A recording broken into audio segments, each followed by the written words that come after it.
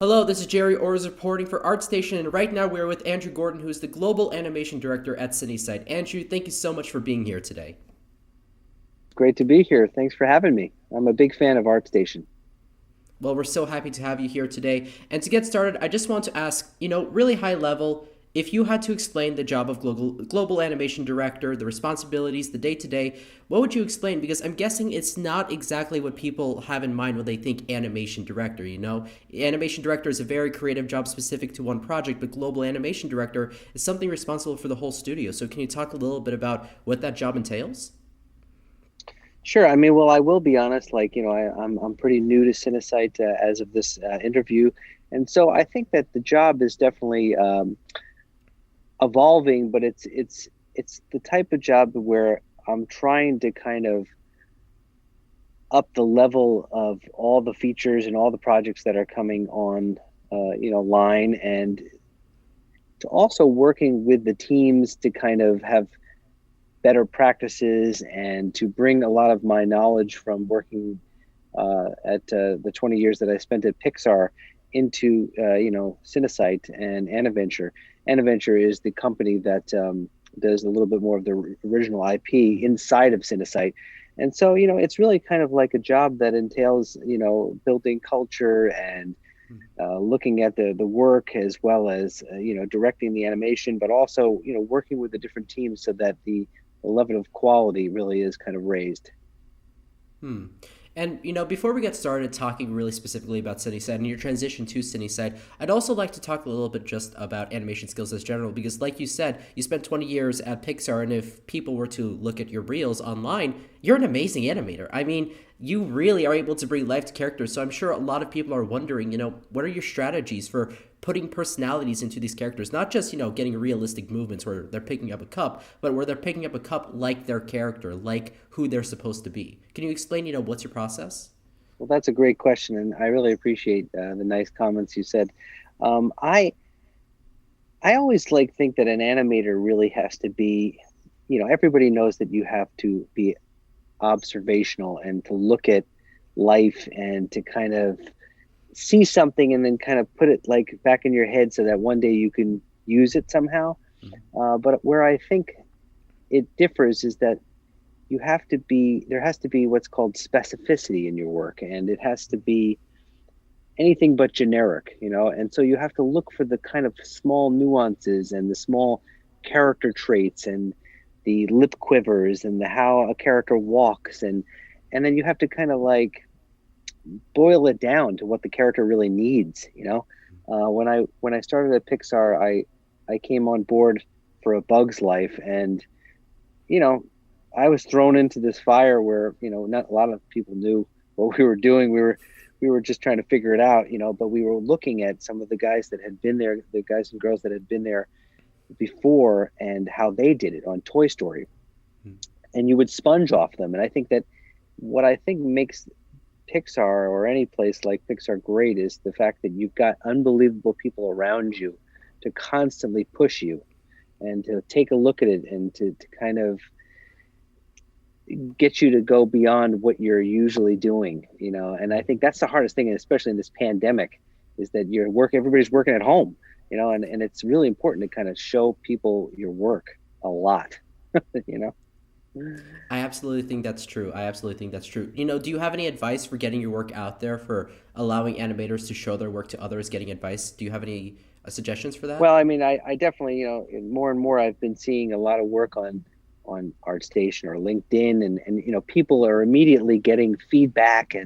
But I think that it's to develop like your internal roster of different sets of eyes that you really trust, and people that you kind of believe in, and people that have good taste, and also asking people that aren't necessarily animators and say, what do you think of this? Like, do you buy this? Like, is this a good piece of acting? I think that that's important too as well. When you start to get also to a higher level, it's even harder because a lot of people don't want to tell you the truth. Like, and you're sitting, you're directing animator or whatever it is. But it's just as important to get feedback from everybody and to kind of remove your ego. So that because we're all really just students always. And I think that once you get complacent and think you've got all the answers, that's when you kind of put out not the greatest work. Hmm. I think these make some great points, and you're absolutely right. ArtStation is a wonderful resource to get advice on your work and also to find inspiration. There's a lot of amazing artists on ArtStation. You can join as well. Go to artstation.com for more information on that. But moving on from that, I want to talk a little bit about the different styles of animation. Now, many people may have read that the modern animation world, I guess you could say, has been defined as the golden age of animation. And I feel like a part of that is how many styles are coming out of the animation world right now. You don't just have, cartoonish 3D style that we see a lot. You have many different styles, and Yeah. animators are working on every single one. So would you say that animation differs between styles at all, or do you think the fundamental concepts are the same? That's a great question. I think that ultimately, it's whatever the story, it's something that will serve the story. So if you're going for a super cartoony style that might be seen on something like Hotel Transylvania, that's not going to maybe fit as well, maybe in a movie that need a lot of heavy emotion and subtle acting. So I think it really depends on kind of the movie that you're making.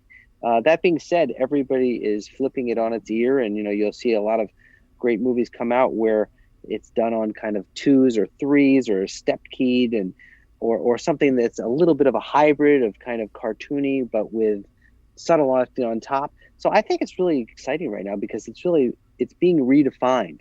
I remember working on a short at Pixar called Presto, and it was one of the first times where we were trying to Doug Sweetland was directing it, and we were trying to push this cartoony style with a sort of polish on top, and so now you see that all over the place, and how far it's even been pushed beyond that. The shape change, the expression changes, the subtle acting on top, the polish level is incredible, and so it's just an amazing time to be in animation right now. I absolutely agree. And the recent round of animation that's going to be competing for the Oscars when they release their shortlist really shows that. I mean, you have styles that are 2D, 3D, mixture of both. It's so beautiful what's going on. But on the living side of things, experiencing Pixar as a worker, you are actually responsible for some secret rooms in Pixar. I Yeah. absolutely love that story. But I'm curious, in your perspective, why do you think those secret rooms really help facilitate creativity and the originality that Pixar is known for? I mean, to be honest, I kind of it was being at the right place at the right time. But I mean, I grew up, with like my brother's clubhouse, being inaccessible to me, and so I was always like, if I ever get a place, I'm gonna make a clubhouse, And so when I moved into Pixar, I just had there was like a literally an air conditioning vent, and so I made something out of it, and I think in the spirit of the culture there was like, oh, this is cool. Like I got to tell so and so, and then they're gonna, and then so they came by, and next thing I knew it, I had Steve Jobs coming by, and then he was bringing people by, and then it was like it became like a thing. And then when I had to move out of that office years back, they were like, we're going to give you this office that has sort of like an extra room. Do whatever you want with it. And I said, really? And so I tried to push a little bit on the line of like, well, how about a casino? Like I wanted to see how far they would actually let me do it. And they did. They like put a huge budget behind it. They built a bookshelf in front of it. But I think the thing is that, be careful what you wish for, because you'll be working and then you have to entertain people. And I like entertaining. Not everybody likes entertaining. So that's the key. Absolutely. Yeah, I'm sure that has led to some very interesting incidents. You're right on the deadline of a project, you're working day and night to get it done, and then some people want to play in the casino. I mean, I could write a book about all the experiences I had in there. It was absolutely amazing. All the people I got to meet, and stars, and famous celebrities, and people who would, like people like Francis Ford Coppola, and who would sit and talk about, movies, or Norman Lear, or like Tom Cruise. The list goes on and on, and they were really off guard, and it was amazing to kind of hear their stories about things in the business. So that's what I loved about it, was that I just got to meet some amazing people. It sounds like an amazing room. Now, transitioning to Cinesite, I feel like the culture would probably be very different between Cinesite and Pixar. And so, can you talk a little bit about what the transition was like? You know, going from Pixar, where you had a casino next to your office that Francis Ford Coppola was visiting, going to Cinesite, this very young animation studio that's trying to build itself up. Well, I went out of Pixar and I went to another place. I spent 2 years in London and a year in Paris. So I bounced around a little bit before I landed at this job, Cinesite. I was at a place called Dean Egg and briefly at Illumination. And yes, the cultures were very different. And to tell you the truth, I think that the difference is with a lot of these places that the culture really has to come from the top. Like the person setting up what is allowed, it has to be coming from the top because otherwise people in the middle usually will shoot it down and they'll say, look, you can't build a bar here, or you can't do this, you can't hang up stuff, and so we experienced a lot of that. And I think that wherever I go, I'm always going to push for a great culture because I think, in my opinion, some of the stuff that makes a place like a Pixar or a Disney or a DreamWorks successful is an open culture and a fun culture. Obviously, everybody's working on remote right now, so it's very difficult to kind of experience that. But when you get back into the office, that's really important to me, is that there's learning, that there's fun, there's classes, there's camaraderie, there's a sense of family. Like I think that is 90% sometimes of what makes a place really good. And that's what struck me about Cinesite when I had visited there. I was like, wow, this place really feels like an animation studio. I was really impressed by it. And so that's it was one of the main reasons why I wanted to kind of go there. And because of the fact that they're really starting to do excellent different styles and different movies, and I really like the idea of not always going for the absolute highest level that where everybody knows everything. It's sometimes fun to kind of help a place that is coming up, and then everybody rises and turns into something special. You know. You know, Cinesite is absolutely quickly defining itself as a major animation studio. But before we talk about its future, I want to talk about its past a little bit, and that's because Cinesite was historically a visual effects company who did major VFX work. And one of your previous employments, DNEG Double Negative, they were also a visual effects company. So can you talk a little bit about what it's like, going in with an animation background from a very hardcore animation studio, the hardest core of them all, Pixar, and going to what was a visual effects company and is only starting to transition into a hybrid. So what was the shift like? Is there anything left over from the visual effects background? Yeah, I can't speak too much for Cinesite. I think they've been doing a lot of animated features for a while, but they've got already like many that they've done. And I think that, of course, what I've experienced going to these companies that have a visual effects background is that, yes, they still have the pipeline a little bit left over from visual effects, or the mentality of how things are thought about comes from a different culture. So yeah, that's always hard to kind of push up against, because there's a lot of things that have been done the way that they've been done for a while. So it's always going to be difficult doing that. I do feel like that Cinesite has already evolved into that kind of animation studio. That the feature animation part is very well established, and things are set up so that, oh yeah, this really is feeling like the way things should be. Mm. Now, correct me if I'm wrong, but Cinesite has 4 feature animations coming out before the end of 2022, right? Something like that. Yeah. There's a lot of things that are on the slate, and a lot of things that are already being worked on. I'm not sure what I'm allowed to talk about and what I'm not allowed to talk about. So but I imagine all the information is out there. And what I think is really great is that the quality level on each film keeps going up, and it's really amazing to kind of see what you can do with these limited budgets. They're not $150 million movies. Like a lot of these films are being made for a lot less. And so what you can get on screen is incredible. The level of animation, even though everybody is going faster and they realize that yes, we can't do every single thing, but what is important? Like what are the things that we really want to get right? And that's what excites me.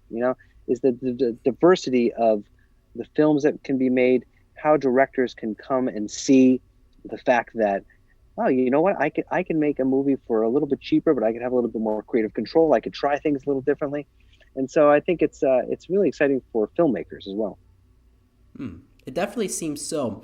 And like we've been talking about a few times now, this is during COVID, and you actually joined Cinesite during COVID. You haven't really Yeah. seen Cinesite in a non-COVID world. So what is it like right now? Like, we're talking about working on these many features simultaneously on small budgets, on tight deadlines. What is that like? Well, I think everybody realizes, that I always remember we used to joke about it when I was back at Pixar, like, man, wouldn't it be great if we could work at the beach, like or like work at home, and everybody was like, nah, there's no way, we can't do that. It's impossible to work at home. And then immediately this pandemic hits, and it was like 1 week, the switch is turned. Yes, we could work at home. And it actually works pretty good. But like, I think that what you lose is you lose the kind of collective brain a little bit because of people not being able to bump into each other, or random meetings, or the daily process is a little different. Yes, you can go to a meeting a lot quicker, or you can do your work at 12 o'clock at night if you want, which I don't know if is a good thing. But I think that going forward, it's going to be maybe a little bit of a hybrid, where people go into work for a bulk of the time, but maybe they don't need to come in to polish their shot, or they could take a day or two off. That's easy, that they could work from home. I hope that it goes to that way, but I do think that the studio environment there's a magic in there that should always be. I think it's important to get back to that. Yeah, absolutely. Being in the same room, the collaborative forces of everyone in the same room, jumping ideas off each other. You can't really replace that on a Zoom window. Absolutely not. Yeah, it's Now, different. Yeah. looking at your career, like you said, you jumped around a little bit before landing on Cinesite, going from Pixar. What advice would you give to people in the animation industry who are going to go through something like you went through, finding where they want to go, finding what they want to do, even after they already had a very long career at an established studio? Well, I mean, if you're asking me what I think that students or young animators should do, is I think that you should kind of always in the back of your head have a trajectory of where you maybe want to land, or what you ultimately want to do. I don't think I really had that when my first many years of working. I just, I wanted to get to my dream job, which was working for Pixar for many years. I felt like that was where I wanted to get. And then once you kind of, if you hit a glass ceiling, or if you are not feeling satisfied, it's understanding how to fulfill those kind of, I guess, urges or things that are bubbling to the surface for you, whether you want to be a filmmaker, or you want to explore a different style animation, or you want to get a chance to do a short. I think that it's really important to just understand what you want, and what makes you happy, and what makes you really excited about whatever you're doing. I mean, that's really one of the things I would just suggest, is like, understand what your trajectory is. I think that makes a lot of sense. And something else that is common for your career between Cinesite and Pixar is in the studio's history what time you joined. Because, well, like you said, at Pixar, you joined on A Bug's Life, Pixar's only second feature film. It was very early on in Pixar's history. Yeah. Now at Cinesite, you're also in the earlier stages. Cinesite animation is less than 4 or 5 years old. So can you talk a little bit about what it's like being at a studio that's kind of still defining itself, finding its footing, and finding where it belongs in the world? Well, what is amazing is seeing the talents that are coming in now, and people that had worked at Pixar and Disney and DreamWorks and all these places that had careers, and also want to start something different. And I think that's been exciting, and also to see the kind of new talent, and the people that are hungry and they haven't gotten a chance to work on this or that feature, and they want to work on great work. They got things to prove. They have things they want to animate. So I just love that aspect of it as an animator, seeing people really be excited about animation. It's infectious, and it makes me want to like really, really kind of dig in again, and dust off my animation chops and get in there as well. Speaking of your animation chops, animation director, it is not the same as animator, of course. So can you talk a little bit about the transition between those two roles? If you had any difficulties changing jobs like that? I mean, when you're an animator, your gig is pretty straightforward. You're blocking your work, you're doing your reference, you're showing the director, you're performing. It's like you're like a player, in an act, enacting a job. So with an animation director, it's different. It's a different skill. You're more working with a team. You're looking at the work. You're trying to guide the feeling of something. You're also trying to do some of the grunt work. We used to joke about it being, it's like a glorified, fixed job in some ways, where you're trying to kind of, iron out all the problems so that your animators can really have a good experience and be clear in their direction, and understand, what they have to do, and also to help them get over this finish line. So an animation director is looking at work. They're commenting on acting. They're maybe doing drawovers. They're commenting on performance. They're dealing with different departments so that things downstream are working correctly. There's a lot of different things, aspects to the job. There's working on tests so that you can get new work in. That's something I haven't been used to. Having worked for a company that was all in-house work. Now, when you get out to some of these other companies, you're bidding against other people for work. So you have to prove to them that you can do the job. And so that's definitely a skill in and of itself, just being super clear and kind of client facing, so that you're able to work with a whole set of different directors and producers and people that are trying to kind of give you their baby. It's like, here's my movie, don't screw it up, and so that's like what I want to make sure that they understand, is that we're going to kill for them in order to get the best product. It's very interesting what you're talking about, because you're right. Pixar is, of course, a closed system where, the directors, the writers, they're people who are in the studio. They're in-house. And of course, Cinesite's a little bit different. It works out of house. It works with other collaborators. So can you talk a little bit about just like on the process of animation itself, on the production? How is that different, where you're working with many different people who you may never see in the studio again, compared to with Pixar, where everyone is in-house? They're kind of being recycled on the same project again and again and again. You'll see directors in Pixar work on multiple films, 3, 4 films, and that may not be the same for Cinesite. So can you talk a little bit about the difference? I probably, I probably haven't gotten as many. I've worked on a few films since I've been out, but I can tell you that, each director has a different way of working. And obviously, I think that at the end of the day, you have to have a certain language with them, and a comfort. And I don't think it's any different at a place like a Disney or a Pixar.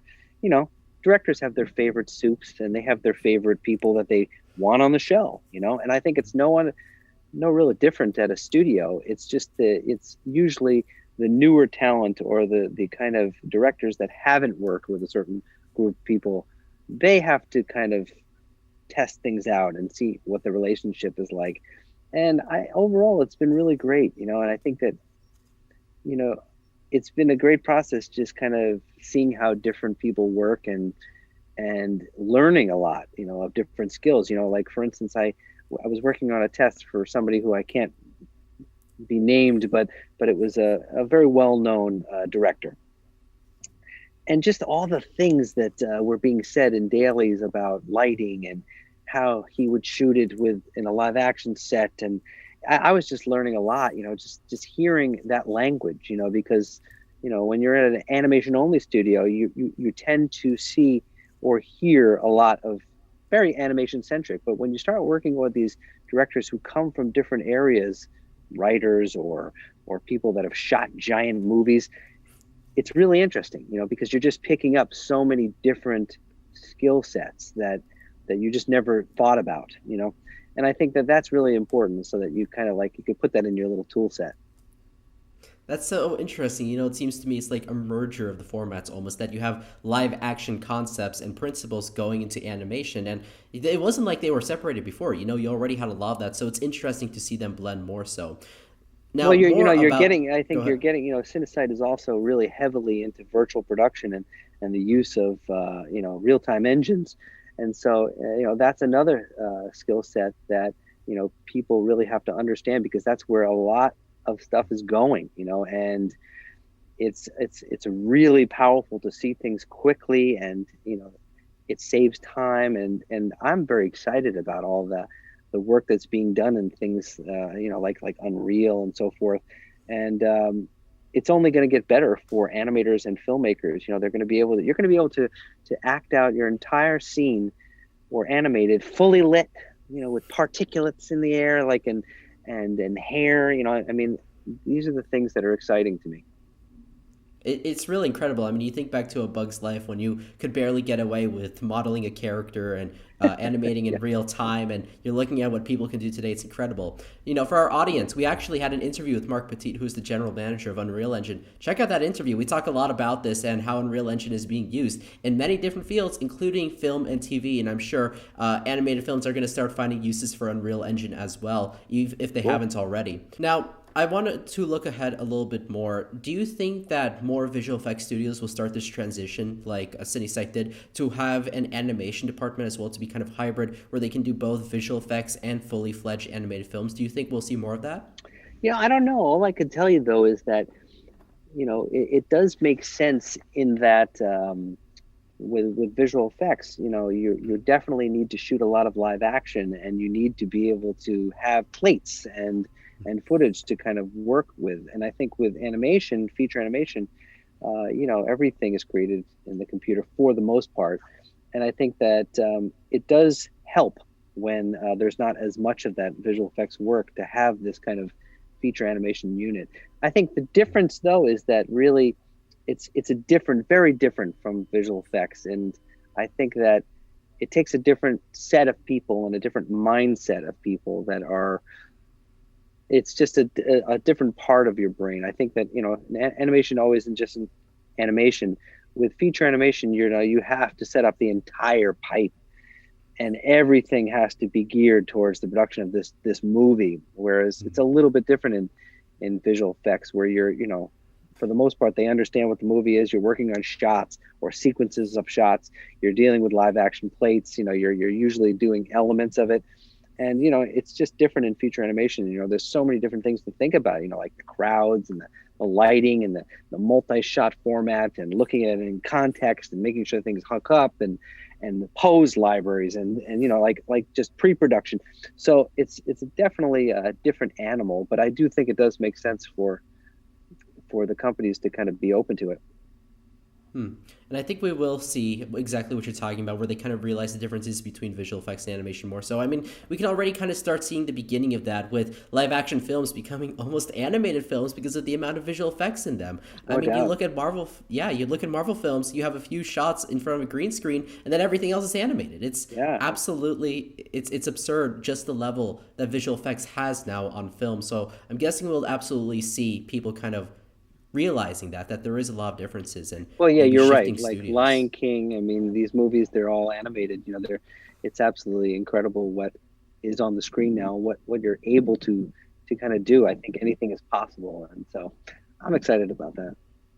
I am absolutely excited about that too. And we are Yep. running low on time. But before we end, I just want to ask you, do you have any general advice for people who are interested in animation or just animated films in general? Do you have any advice for the next generation? Well, get your work out there. It's sometimes as simple as seeing. I remember back in the day, the way I got into Pixar was somebody saw my little test that was on a blog, at the very beginnings of the internet. But but now you could show something on LinkedIn, and if it's good, or ArtStation, or and man, if it's good, people are like, wow, that's amazing. Who is that person?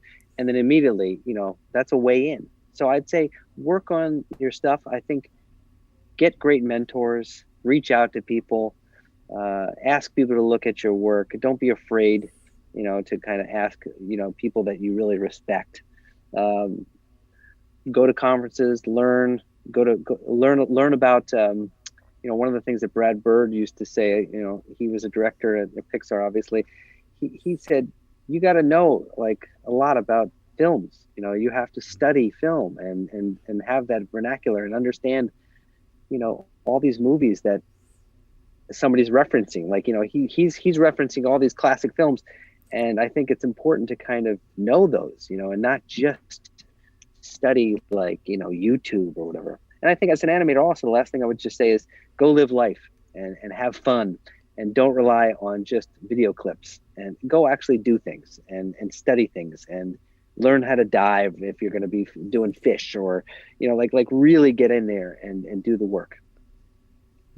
I think that really connects back to what you said about the animator being the performer. If you're going to perform a scene where you're a chef, for example, as an actor, you're going to do research about cooking. I feel like Yeah. that connects really well. You have to experience life if you want to perform life. But Andrew, that is all the time we have. Thank you so much for Yeah, talking thanks, to me Jerry, today. and thanks for having me. Absolutely. For our audience, stay tuned for all the films that Cinesite has upcoming, and also make sure to check out ArtStation. We talked about a lot of the great resources that ArtStation has. There's a lot of amazing work out there. You can get a lot of amazing advice about your own work, and also there's ArtStation Learning, where you can learn how to do animation. You can learn how to do CGI. So make sure to check all of that at artstation.com. But I'm your host, Jerry Orrs. Thank you so much for watching. Bye.